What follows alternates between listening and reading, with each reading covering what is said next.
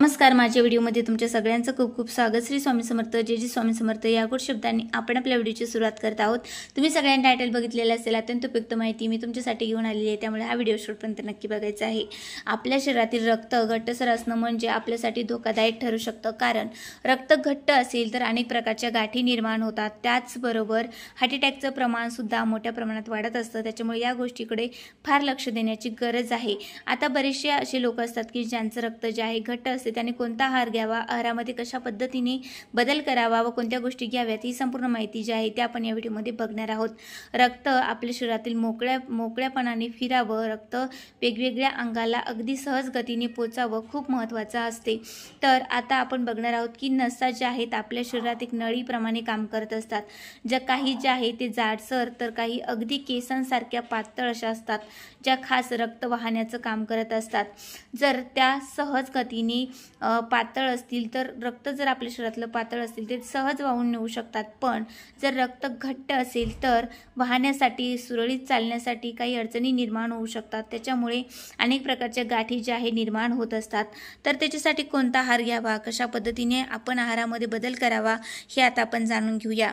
तर सगळ्यात पहिले म्हणजे तुमचा आहार सुधारणं खूप गरजेचं आहे। तर तुम्ही आहारामध्ये काय घेऊ शकता की आहार असा घ्यायचा आहे की ज्यामध्ये ओमेगा 3 फॅटी ॲसिड मोठ्या प्रमाणात असेल। जास्त की असे काही पदार्थ असतात ज्यामध्ये फॅटी ॲसिड मोठ्या प्रमाणात असतात, तर ते कोणते आहेत? अलसी आहेत, अक्रोड आहे, चिया सीड्स आहे, बदाम आहे, या सगळ्यामध्ये जे आहे त्याचबरोबर आवळा आहे, ह्या सगळे पदार्थ जे आहेत ते आपण जर व्यवस्थित घेतले तर फॅटी ॲसिड मोठ्या प्रमाणात जातं, आणि फॅटी ॲसिड जर मोठ्या प्रमाणात गेलं तर अर्थातच आपलं रक्त जे आहे ते पातळ होण्यासाठी सुद्धा मदत होत असते। त्याचबरोबर दुसरं आणि अत्यंत सोपं जे आहे ते म्हणजे लसूण। लसणाला आयुर्वेदामध्ये खूप चांगल्या पद्धतीचं महत्त्व देण्यात आलेलं आहे, कारण ते रक्त पातळ करण्यासाठी सुद्धा खूप महत्त्वाचं मानलं जातं। अत्यंत प्रभावी उपाय जे आहे तो ठरत असतो।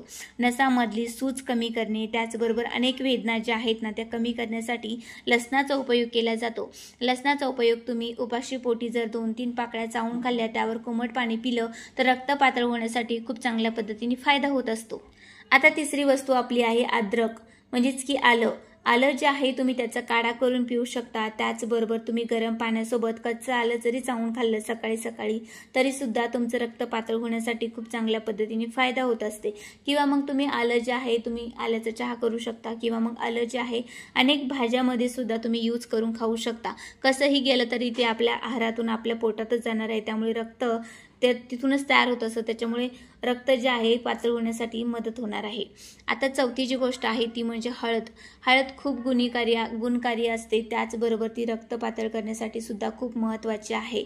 तर हळदीमध्ये जे आहे कॅरिपिन नावाचा एक घटक असतो, जे नैसर्गिकरित्या अँटी सप्लिमेंटचं काम करत असतो। जसे की तुमच्या गुडघ्यांचा त्रास असू दे, मग तुमचं हाय ब्लड प्रेशर असू दे, या सगळ्या गोष्टी ज्या आहेत ना ते कमी करण्यासाठी हळदीचा खूप चांगल्या पद्धतीचा रोल जे आहे ती निभावत असते।